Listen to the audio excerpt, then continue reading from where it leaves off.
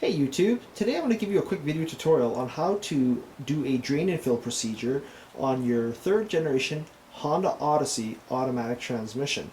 Honda, at least from the factory service interval standpoint, recommends that you change the tranny fluid every 96,000 kilometers if you're in Canada, or the equivalent of, I think, 60,000 miles if you're in the United States, which is far, far too long of a service interval of, in my opinion, any transmission fluid.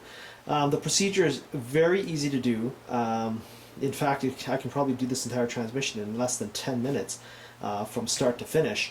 But anyways, this video tutorial essentially will cover the third generation, 2005 through 2010 Honda Odyssey, all models.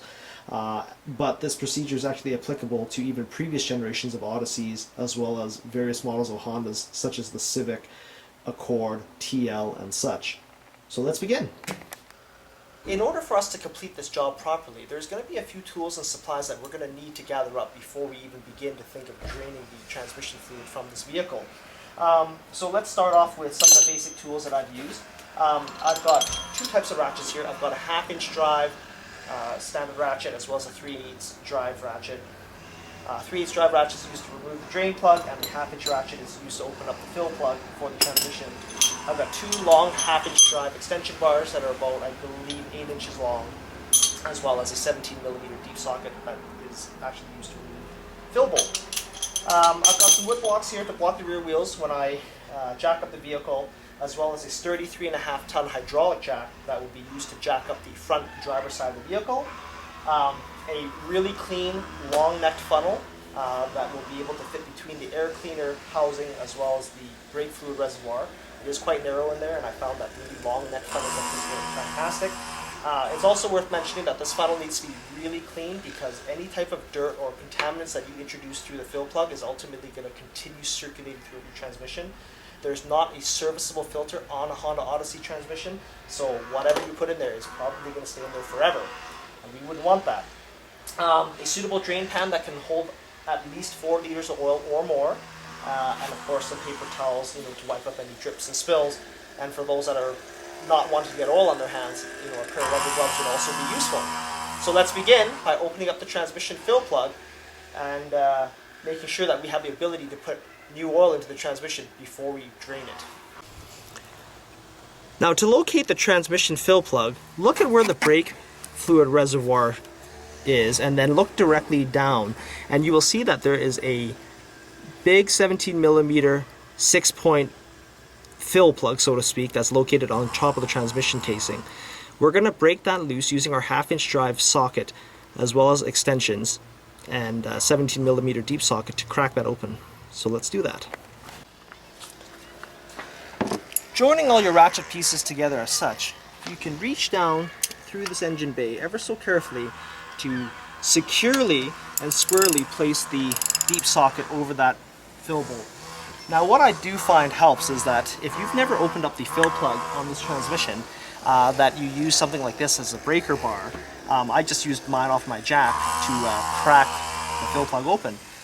So again, I always repeat this in my videos quite often: lefty-loosey, righty-tighty. So make sure you're turning the right direction, otherwise you're going to strip the soft aluminum threads that are on this transmission casing. So everything is placed securely, and if the bolt's never been removed, it'll be quite tight. On my case, I've serviced this transmission several times, so it should be fairly easy to break open.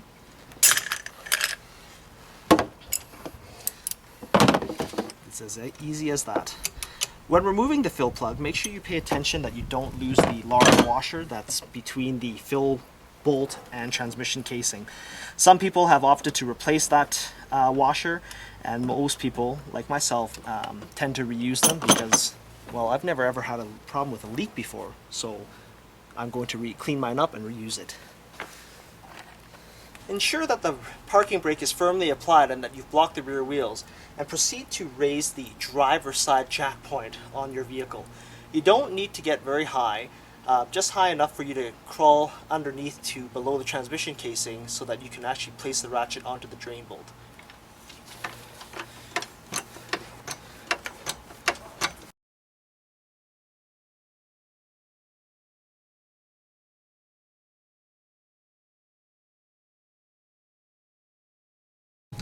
So I'm laying my body directly in front of the driver's side tire, and this is the factory splash guard located right here.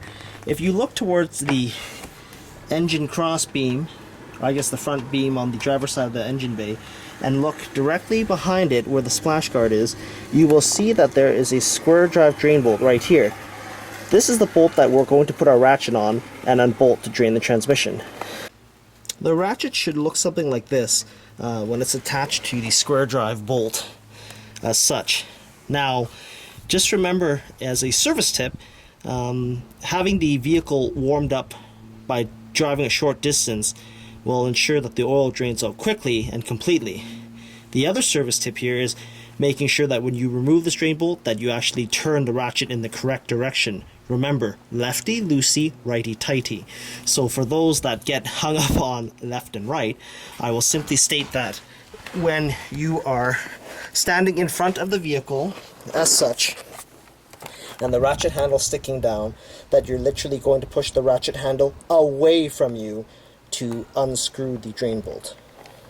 The drain bolt can be quite tight if the bolt has never been removed before. On this particular vehicle, this would be probably the 7th time the transmission fluid's been drained, so therefore, when I've retightened this drain bolt, it should be relatively easy to do. Be very careful and have lots of rags on hand, as the oil can be extremely hot. If the bolt is fairly stubborn, which surprisingly on my vehicle it is, use your foot to kick the ratchet away from you or towards the back of the vehicle.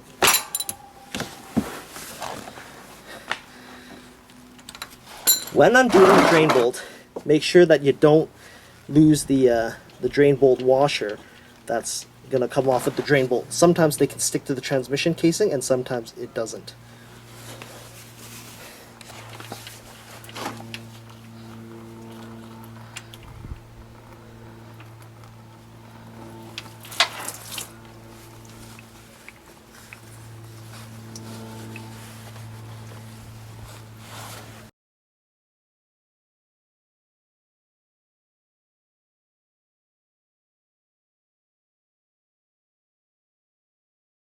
So, just so you guys all know that I had mentioned at the start of my video that a transmission oil change for the 3rd generation Honda Odyssey is essentially all the same across the 3rd generation.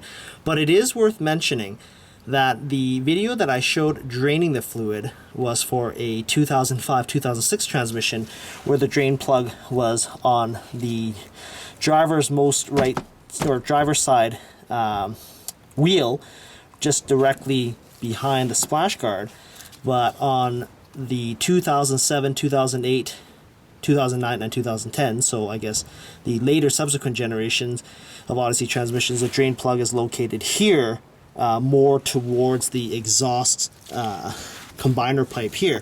Now, the reason why that there's the difference in location of the drain plug, the principle of how the transmission oil change is done is exactly the same. That the plug location differs because on 2007 and up, the transmission is actually a 4-shaft transmission that was taken from the Honda Ridgeline truck, whereas the 0506 was the original Odyssey design that used a 3-shaft internal design.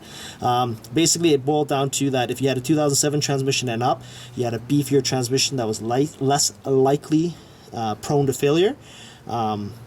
So, for example, my minivan is a 2006, where I demonstrated the oil change, but on this particular vehicle it's a 2007 and the plug location is a little bit different.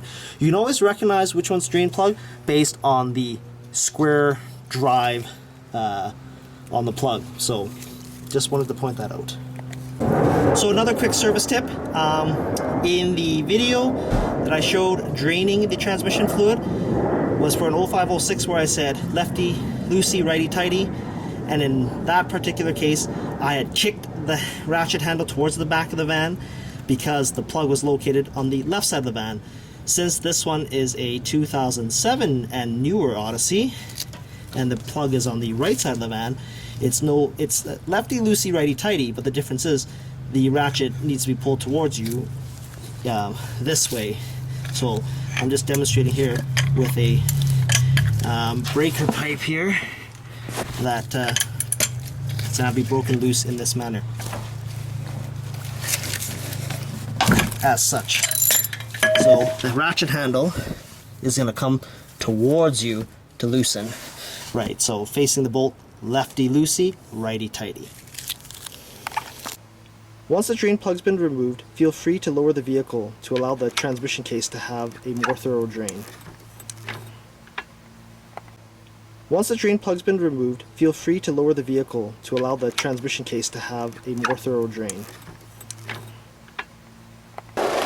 So I'm not sure how well you can see anything here, but basically what I'm going to do is take a paper towel and just wipe up any excess oil that's kind of run down the splash guard as well as the frame of the engine assembly here, making sure that the surface of where the drain plug is going to seat back onto is completely clean.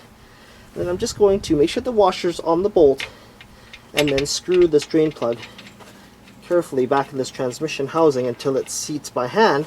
And then using my trusty ratchet, I'm going to just tighten it as such. So if you can see, I'm going to tighten it. It's still quite loose. It just touches now, and then just maybe an eighth to maybe a quarter of an inch at the most, just to the point where my fingers can pull and it just stops turning, and that is actually tight enough. Worst case scenario, if there's a slight leak, you can always tighten it down a bit more, but if you over tighten it, you risk doing some serious damage to the transmission threads. Once the fill plug has been reinstalled and seated properly, lower the vehicle. Using your extremely clean long-necked funnel, carefully reach down between the air filter housing and brake fluid assembly and wedge your funnel into the fill hole of the transmission casing.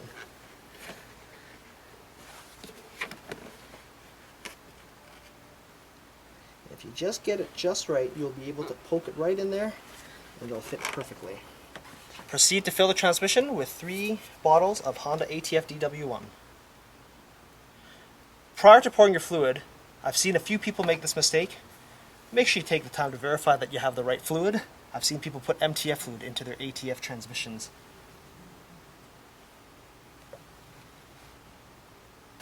While that last bottle is filling, I'm just going to take the time to wipe off any grime that might exist on the transmission fill plug, as well as cleaning the surface of the fill plug washer and prepare for reinstallation. Now that I've installed exactly 3 liters of ATF fluid into my transmission, I'm going to loosely screw this filler plug on and drive my vehicle just around the block, so maybe 100 or 200 meters, a few hundred feet, and then basically park it on a level surface and then check the ATF level to make sure that it's within range. If it's within range, then I can tighten this bolt down completely, and if it's a bit low, then I can add in a tiny bit more. And if it's just a hair high, I'm not going to worry too much about it, as the factory service manual does call for 3.1 liters, and I've only installed 3 so far. Using my long half-inch drive ratchet with my deep 17mm socket, I can just gently snug this down. Remember, I said loosely, at least in the interim, until you check the fluid. The reason why we want to just kind of gently tighten this down is that we don't want transmission fluid splashing all over our driveway and the road, once we start up the vehicle. Now, quick service tip, guys, and I should have mentioned this earlier in the video. It is worth mentioning that you're working with metallic extensions all around the battery area. You can either choose to cover the battery with an insulating material or just disconnect the negative terminal altogether. Reason why is that it can be risque, where I've seen people drop this ratchet extension between the battery terminals and actually cause an engine bay fire or explosion. With the vehicle on a level surface, locate the ATF dipstick, which is directly behind the positive terminal on the battery, and check the transmission fluid level. Make sure that the first time you pull the dipstick out that you wipe it and then reinsert to check your level then on a second attempt. With my vehicle parked on a level surface, this is what my oil level looks like currently. The oil's kind of running down the dipstick, but actually when I pulled it out, the fluid level was right here on the first dot, which is technically actually okay because the transmission fluid can range between the lower dot and the upper dot, and of course anything in between. If you're slightly above the upper dot and you've overfilled it a little bit, odds are you're probably okay. I would say that the maximum safety upper limit is probably at this point above the dot and no further. If you're below the lower dot and you're on a level surface, make sure that you continue to add a tiny bit of ATF, a little bit at a time, to make sure that you bring it up to the very least to the lower dot. I typically like to aim to be 3/4 up from the lower dot. That way it allows for any heat expansion of the fluid. So I've come back to my garage and topped off about another 100 milliliters or so of ATF fluid, and have finally given that fill bolt a good snug tightening with my large ratchet, very much like how I tightened up the drain plug on my transmission. And then of course I've proceeded to take this vehicle for about a 5-kilometer drive just to circulate the fluid through all the circuits inside the transmission to make sure that everything is shifting properly. I've also inspected the bottom of the transmission to make sure that there's no odd fluid leaks or anything like that where I might need to tighten the drain bolt a little bit tighter. There was none of that.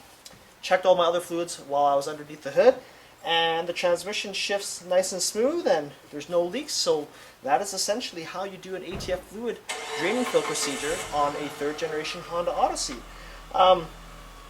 It is worth mentioning that Honda ATF needs to be replaced on a regular basis, and the reason why is that these vehicles are quite heavy. The Ridgeline, the Pilot, the Odyssey, in fact any of the modern vehicles nowadays have a transmission no larger than the size of a 25-kilogram bag of potatoes, and quite frankly that places a lot of stress on the internal components. And when that of course happens with 7 or 8 passengers plus all your cargo, and potentially even if you're towing a trailer, that it places a lot of stress and heat on the fluid, which causes it to break down. One of the reasons why Honda invented the full synthetic DW1 fluid was to, one, flow better in cold temperature, but to also counteract those high stresses that only a full synthetic can truly protect the transmission from.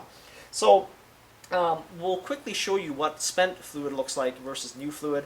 And for those that are wondering what a transmission flush is, you basically repeat this procedure 3 times in a row.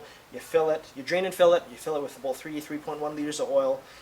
You drive around for about 10 kilometers, you come back, you drain it, you fill it again, you drive it, same thing, and repeat that procedure 3 times to remove essentially over 90% of the spent ATF in your transmission. However, Honda doesn't necessarily have to call for that unless your transmission fluid is badly burnt. In my particular vehicle, I service it on a regular basis every 50,000 kilometers or about 30,000 miles. And of course, since the time I've owned this vehicle, it's seen numerous iterations of transmission fluid changes. I only exclusively use Honda ATF-DW1. Other people online have used Amsoil as well as the Valvoline oil. I don't like to have a tendency to go away from what the manufacturer recommends. Honda has an entire engineering division that can figure out what fluid is best for your vehicle, so I'm going to stick to that formula. Bottle of ATF is about $9 a quart at your local Honda Canada dealership. About 3 quarts, 3 liters, 3.1. You can buy 4 bottles if you wish. As I've sort of demonstrated to you on the dipstick, you need to make sure that you're above at least the lower dot, but not necessarily any higher than the upper dot. For those that are wondering, well, what happens if you really overfill your transmission? You can always just simply loosen the drain plug and allow the fluid to dribble out until you achieve the right level. So guys, I just want to quickly show you the difference between brand new fluid and spent fluid on a clean paper towel. Keep in mind that in my transmission, I actually in fact replaced 99% of all the transmission fluid in my tranny 2 Decembers ago, and have since then put on 50,000 kilometers. So here's the paper towel with my spent fluid, and here's the paper towel with the brand new fluid. And I mean, as you can tell, there's quite a stark difference. And again, my transmission fluid was essentially almost 100% replaced when I had to pull the tranny to change the rear main seal on my motor. So as you can tell, 50,000 K takes quite a toll. So I don't understand how Honda Canada can suggest people with the same minivan to go 96,000 kilometers before it's due for a tranny change.